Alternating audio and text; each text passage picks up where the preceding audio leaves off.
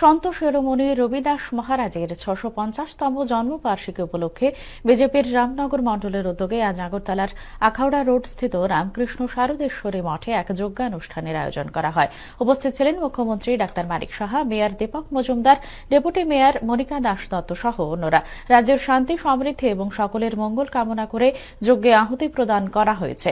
অনুষ্ঠানে বক্তারা সন্ত রবিদাসের আদর্শ অনুসরণ করে সাম্য, সম্প্রীতি ও মানব সেবার চেতনাকে সমাজে আরও সুদৃঢ় করার আহ্বান জানান।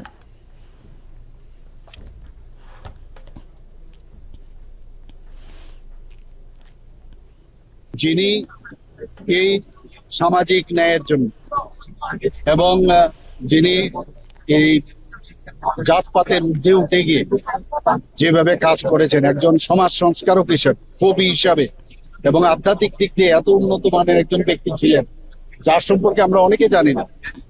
তো উনাকে জানা এবং মাননীয় প্রধানমন্ত্রীজি বারবার বলছেন অতীতকে আমরা ভুললে চলবে না, আমরা বিরাসত চাই এবং উন্নতিও চাই, মডার্নাইজেশনও চাই।